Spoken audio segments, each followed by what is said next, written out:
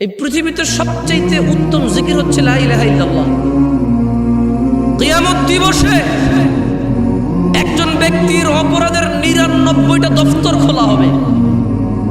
আল্লাহ ওই ব্যক্তির সামনে তার অপরাধের ৯৯টা দফতর খুলে বলবে, বান্দা তুমি কি এই অপরাধ করেছো? বান্দা বলবে, আল্লাহ হ্যাঁ, আমি এই অপরাধ করেছি, আমি স্বীকার করছি, আমি অন্যায় করছি। বান্দা লজ্জিত থাকবে আল্লাহর সামনে তার অপরাধ দেখে। সে তার ৯৯টা বই না দফতর, লাইব্রেরিও না, দফতর, বিশাল বড় বড় অপরাধের দফতর। ও আপনি বলছেন জামশেদ ভাই ৬০ বছর জীবনে এত অপরাধ? আরে ভাই আপনি না ৬০ বছর বাঁচেন, নূহ আলাইহিস সালাম ৯৫০ বছর শুধু দাওয়াত দিয়েছে, তাহলে উনি কত বছর বাঁচছেন, উম্মত কত বছর বাঁচছেন? বুঝে দিতে পারি নাই মনে হয়। আপনি নিজের ১০০ বছর জীবন শুধু কি বিচার আপনার হবে? নূহ আলাইহিস সালামের উম্মতের হবে না? কি নূহ আলাইহিস সালামের উম্মতের বিচার হবে না? আদম আলাইহিস সালামের উম্মতের বিচার হবে না? মুসা ঈসা আলাইহিমুস সালাম আজমাইনের উম্মতের বিচার হবে না? তো সব নিজের দিয়ে বিচার করেন। হ্যাঁ হতে পারে এই ৬০ বছরে এই ইন্টারনেট। আচ্ছা একটা কথা বলুন, একটা লোকের ডিশ কেবল ব্যবসা আছে। কি কেবল ব্যবসা? আপনি তো অবাক হচ্ছেন যে জামশেদ ভাই ৭০ বছর বয়সে ৯৯টা দফতর, how is it even possible? একটা মানুষ ৬০ বছরে কয়বার জানা করতে পারে, কয় গ্যালন মদ খেতে পারে, কয় কোটি টাকা সুদ খেতে পারে, ঠিক না? আপনি এরকম চিন্তা করতেছেন, ঠিক না? ধরে নেন তো একটা সুদী ব্যাংকের মালিক, যে সুদী ব্যাংকটা প্রতিষ্ঠা করছে আরো ২০ বছর আগে, তার ব্যাংকে প্রতি মাসে ৫,০০০ কোটি টাকার লেনদেন হয়। সে কত হাজার কোটি টাকার সুদের সাথে দায়বদ্ধ হয়ে গেল? কত হাজার? একজন মানুষ ব্যাংক ছাড়া এটা সম্ভব? নাহলে ২০ লাখ টাকা আছে, অমুকের ২ লাখ, অমুকের ১ লাখ, তমুকের ১ লাখ, শতে ১০ টাকা, শতে ২০ টাকা করে খাইল, নাহলে এটা হলো। কিন্তু এই যে দেখছেন সুদ কি পরিমাণে গেছে একজনের, যে ব্যাংকের মালিক। এবারে দেখেন ডিশ কেবল ব্যবসা। একটা লোকে করলো কি, সরকার থেকে লাইসেন্স নিয়ে এলাকার মধ্যে ক্ষমতা আছে, ক্ষমতা দিয়ে বললো যে আপনি এখানে কে কি করছে, আমি এখানে ব্যবসা করবো, কেউ আইবার পারবো না, বুঝছস? এখানে আমি এলাকার পোলা, আমি এলাকায় ব্যবসা করবো, কে কি করছো? সব জায়গাতে চাচি ডিশ কেবল আমগর থেকে লোয়েন, আর অন্য জায়গা থেকে নেওয়ার উপায়ও নাই। এলাকার সে নেতা, সে করবে ডিশ বিজনেস। না, নেতাদেরকে খারাপ বলছি না, হইতে পারে সে নেতা না, এলাকার ছেলে। নেতাকে যায় বলতেছে যে চাচা কি করুন? কিছু নাই, চিন্তা করছি ডিশ কেবল ব্যবসা করুন, কি করুন? চাচা চিন্তা করছে এলাকার বেকার ছেলে, ঠিক আছে কাজকর্ম করলে ভালো, এলাকার করলে আরও 5টা পোলাপানের কর্মসংস্থান হবে। চাচা ওভাবে ইসলামিকভাবে চিন্তা করেনি, কারণ চাচা ইসলামিকভাবে চিন্তা করবে কীভাবে? যেই ছেলে ব্যবসা করবে তার মা বাবা কিন্তু চিন্তা করে না ছেলেরা কী ব্যবসা করবে, ছেলে নিজে চিন্তা করে না। এখন সে ডিশ কেবল ব্যবসা নিয়ে আসার পরে ৫,০০০ পরিবারে ডিশ দিল। কয় হাজার পরিবার? কয় হাজার? এবার ৫,০০০ পরিবার, ৫,০০০ টেলিভিশনে একটা গান চলতেছে, একটা উলঙ্গ মহিলা নাচতেছে, একটা বাদ্যযন্ত্র টং টং টং টং টং টং করে বাজাইতেছে, একটা মহিলা তার শরীর নাড়াচ্ছে, চুল নাড়াচ্ছে, একটা ছেলে তার তালে তালে নাচতেছে। এবার এখানে চাচা চাচি বসে বসে রিমোট নাড়াচ্ছে আর পায়ে ব্যবহার নাড়াচ্ছে। হ্যাঁ ঠিক আছে, তাহলে কয় হাজার ফ্যামিলিতে দেখছেন এই ডিশ কেবল ব্যবসায়ী একটা গান শুনলে একটা গানের ওর গুণা হতো ৫,০০০ পরিবারের প্রত্যেকের একজনের যে গুণা, এই ৫,০০০ প্রত্যেক ব্যক্তির সেম গুণা যে ডিশ কেবল ওই গান দেখতে দিল তার। ৯৯টা দপ্তর হওয়া সম্ভব মনে হয় না, আরো বেশি হয়ে যাবে মনে হয়। আমি বুঝাইতে পারি। আমি যখন আরো একটু ছোট ছিলাম, স্বাভাবিক সবাই ছোট থেকে আস্তে আস্তে বড় হয়, এখনো ছোট আপনাদের তুলনায়, কিন্তু যখন আরো ছোট ছিলাম আর কি, তখন যখন এই হাদিস পড়ছে আমি চিন্তা করলাম যে একটা যুবক ছেলে নাইলে তিনি একবার হস্তমৈথুন করে, এরপরে সে ভয় পেয়ে যে তার যৌন শক্তি নষ্ট হয়ে যাবে, বলে আস্তাগফিরুল্লাহ আস্তাগফিরুল্লাহ আর করবো না, ১ মাস আর করে না। নাহলে ১৫ দিন একটা মেয়ের সাথে কথা বলে, নাহলে একটা মেয়ের পিছনে 1 বছর টার্গেট দিয়ে ঘুরে ওরে বিয়ে করবে, একটা অপরাধ জেনা।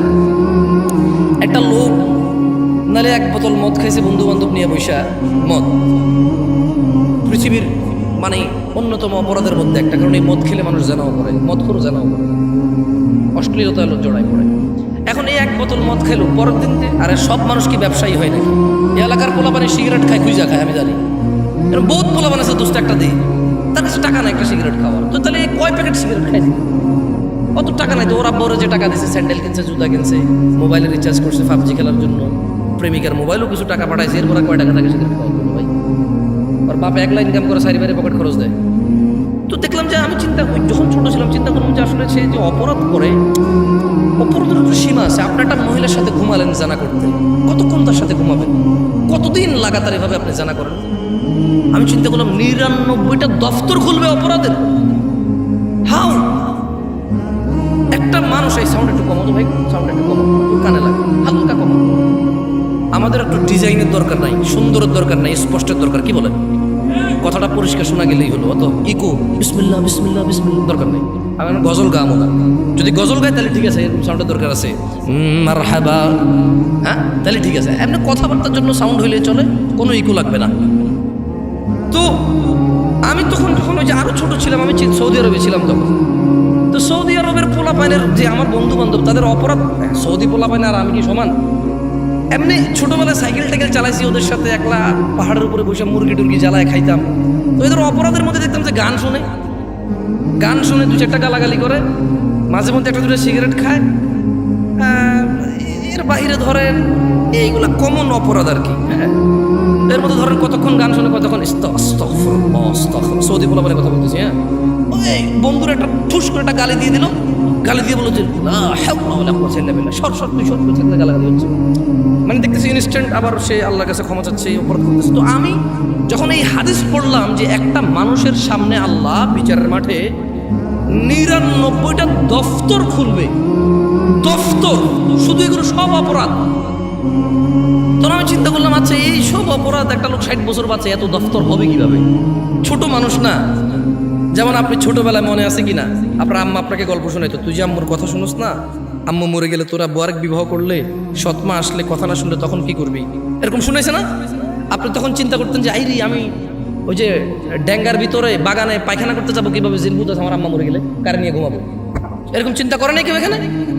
আমার আম্মা যখন আমাকে এরকম শোনাইতো, আমি চিন্তা করতাম, আম্মা মরে গেলে আবার কার সাথে ঘুমাবো? ছোট ছিলাম তো, সত্যি বলছি। আপনাদের এরকম হয় নাই? হয় নাই এরকম আপনাদের? তো ওই ছোট মানুষ তো ছোট চিন্তা। এখন কি আর কেউ এরকম মনে করে মা মরে গেলে কার সাথে থাকবে, কাকে মা ডাকবে? কেউ মনে করে না, কেউ এরকম ফিল করে না তার মা বাপকে। একটু যখন নিজে নিজে খেতে পারে, নিজে নিজে হাঁটতে পারে, 4টা বন্ধু আছে, 5টা বান্ধবী আছে, চাকরি আছে, ব্যবসা আছে, বাণিজ্য আছে, টাকা আছে, বউ আছে, ছেলে মেয়ে আছে, এখন আর কেউ মা বাপ মরে গেলে কি আর বাঁচলেই? ছোটবেলার যে ফিলিংস ছিল, আমার আম্মা মরে গেলে আবার কার সাথে থাকবো, ওই ফিলিংসটা মানুষ হারাই ফেলে। তো আমি ছোটবেলায় চিন্তা করলাম যে 99টা দফতর কিভাবে। তো যখন আমি বাংলাদেশে এলাম, অথবা যখন আরো একটু বড় হলাম, সৌদি আরবে কিন্তু ডিশ আছে, এবার বড় বড় এভাবে ছাতা লাগায়, হাজার হাজার চ্যানেল থাকে। এবার আমি চিন্তা করলাম, আচ্ছা রে, তবে ওখানে জানতাম যে এগুলো ইহুদি নাসারাদের টেকনোলজি, মুসলমানরা অন্যায়গুলা করে, যারা কাজগুলা করে তারা হয়তো হিন্দু মুসলমান, ওদের আর তো হালাল হারাম কি? আপনার জন্য না শুকুর হারাম, ওর জন্য কি হালাল হারাম? এটা ওর জন্য খাবার। বুঝতে পারি নাই মনে হয় আমি। আপনি পরনিন্দা করলে এটা আপনার জন্য না গীবত? অনেকের জন্য তো এই মাসলা মাসাইলই নাই ওর দিনের মধ্যে, যেটা কি মাসলা কি মাসাইল, ঠিক না? তো আমি যখন এখানে আসলাম, আমি দেখলাম যে হ্যাঁ, আমার গ্রামে আমার আপন কাজিন ব্রাদাররা বা আড়াতো পাড়াতো ভাতিজা, ওরা বললো কি ডিশ ব্যবসা নিয়ে আসবে। আমি বললাম যে ভাতিজা, ডিশ ব্যবসা করবি, যত মানুষের সিনেমা দেখবে, ওর একক ব্যক্তিগুণা, কিন্তু এই যে তুই যেটা দেখাচ্ছিস, তোর সেম গুণাটা আসবে, তো তোর তো এটা অনেক পাপ হয়ে যাবে। পুরো গ্রামে প্রায় এই পুরো আশপাশে 4-5টা, পুরো ইউনিয়নে 27টা গ্রাম, তুই যদি একলা এগুলো ডিশের সার্ভিস এগুলো দেস, যত মানুষে গান শুনবে, সিনেমা দেখবে, তোর উপরও তো গুণা আসবে। সামান্য কয় টাকার জন্য এত গুণা, কিভাবে তুই এটা পরে আল্লাহকে রিপে করবি? আর মানুষের গুণা তো মানুষও, এটা মানুষ রিলেটেড তো সমস্যা। আমাকে বললো যে কাকা, আমি না দিলে অন্য কেউ তো দিয়ে দিবে। তাহলে ইন্টারনেট ব্যবসাকে কি বলো কাকা, বলো? তার মানে তার এটা হারাম, সমস্যা নাই, কারণ ইন্টারনেট ব্যবসা তাহলে কি, মানে এরকম। তো শোনেন গাজীপুরবাসী, ওই যে আবার একটু বলেন তো আমার সাথে, আমি আবার টপিকে আসি। দেখছেন কি সুন্দর লাগে না? মাশাআল্লাহ। এটা হচ্ছে আমাল, এটা হচ্ছে কি, এটা কি, এটা মানুষ ব্যক্তি আমল করবে। আমি আসতেছিলাম যে এই লা ইলাহা ইল্লাল্লাহ, এটা কত বড় জিকির সেটা বলতে আসতেছিলাম, এই এতগুলো উদাহরণ। তো কিয়ামতে আল্লাহ এক ব্যক্তির সামনে 99টা অপরাধের দফতর খুলবে এবং আল্লাহ তাকে বলবে যে বান্দা, তুমি কি এই অপরাধগুলো করেছো? বান্দা বলবে হ্যাঁ ইয়া আল্লাহ, এই সমস্ত অপরাধগুলো আমার, আমি স্বীকার করছি। আল্লাহ তাকে বলবে তার আমাল নামায় ঈমান, কি আমল নামায় কি থাকবে? ঈমান হচ্ছে মানে ধরুন আশহাদু আল্লা ইলাহা ইল্লাল্লাহ ওয়া আশহাদু আন্না মুহাম্মাদুর রাসূলুল্লাহ, অথবা লা ইলাহা ইল্লাল্লাহ ওয়াহদাহু লা শারীকা লাহু লাহুল মুলকু ওয়া লাহুল হামদু ইউহয়ী ওয়া ইউমীতু ওয়া হুয়া আলা কুল্লি শাইইন কাদির, অথবা লা ইলাহা ইল্লাল্লাহ। এটাই ঈমান। এটা কি? আল্লাহ ছাড়া কোনো অন্য মাবুদ, উপাস্য, মানে মানার মতো, ভয় পাওয়ার মতো, পরোয়া করার মতো অন্য কোনো ইলাহ নাই। কি নাই? ইলাহ নাই। এটা হচ্ছে লা ইলাহা ইল্লাল্লাহ, যেটা আপনি জিকির করেন প্যান্ডেলে বসে। সবাই মিলে একত্রিত করেন, অথচ কেউ এখান থেকে বেরিয়ে গিয়ে আর করেন না। তো আমি আপনাদেরকে এখানে আমলটা করালে কি লাভ? আপনি প্যান্ডেল থেকে বের হয়ে আবার কিছুই করবেন না। আমি শিখিয়ে দিচ্ছি এই লা ইলাহা ইল্লাল্লাহর কত ক্ষমতা।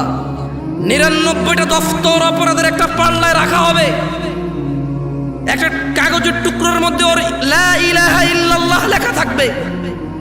আল্লাহ ওই লা ইলাহা ইল্লাল্লাহ ওকে বলবে যে ওর মিজানে দিতে, ও বলবে যে ইয়া আল্লাহ 99টা দফতর অপরাধের আর লা ইলাহা ইল্লাল্লাহ। আল্লাহ আপনি কি বলছেন? আল্লাহ আল্লাহ বলবে যে ঠিক আছে তুমি দেখো না। ওর এই কাগজের টুকরো লা ইলাহা ইল্লাল্লাহ ওর পাল্লার মধ্যে রাখবে, ওর লা ইলাহা ইল্লাল্লাহ ভারী হবে। এটা হচ্ছে লা ইলাহা ইল্লাল্লাহ জিকির, যেটা আপনারা এখানে বসে বসে সবাই মিলে করেন। আপনাদের কাছে মনে হচ্ছে এটা একটা আনুষ্ঠানিকতা, কেউ একজন আসবে এখানে, এসে আপনারা সবাই বসে থাকবেন, এরপরে তার সাথে বলবেন লা ইলাহা, ব্যাস, এরপরে শেষ। নাই, এখান থেকে উঠছেন নাই, ঘরে গেছেন নাই, দোকানে গেছেন নাই, রাস্তাঘাটে নাই, মসজিদে নিজে নিজে নাই, শুধু মাহফিলের একটা অনুষ্ঠান। এটা আপনি ভেবে নিয়েছেন। এই জন্য আমি আপনাকে আমল করাবো না, আমি আপনাকে শিখিয়ে দিলাম বেশি বেশি আল্লাহর জিকির করবেন, লা ইলাহা ইল্লাল্লাহ জিকির করবেন, আশহাদু আল্লা ইলাহা ইল্লাল্লাহ ওয়া আশহাদু আন্না মুহাম্মাদার রাসূলুল্লাহ, লা ইলাহা ইল্লাল্লাহু ওয়াহদাহু লা শারীকা লাহু লাহুল মুলকু ওয়া লাহুল হামদ ইউহয়ী ওয়া ইউমীতু ওয়া হুয়া আলা কুল্লি শাইইন কাদির। এই জিকিরগুলো বেশি বেশি করবেন।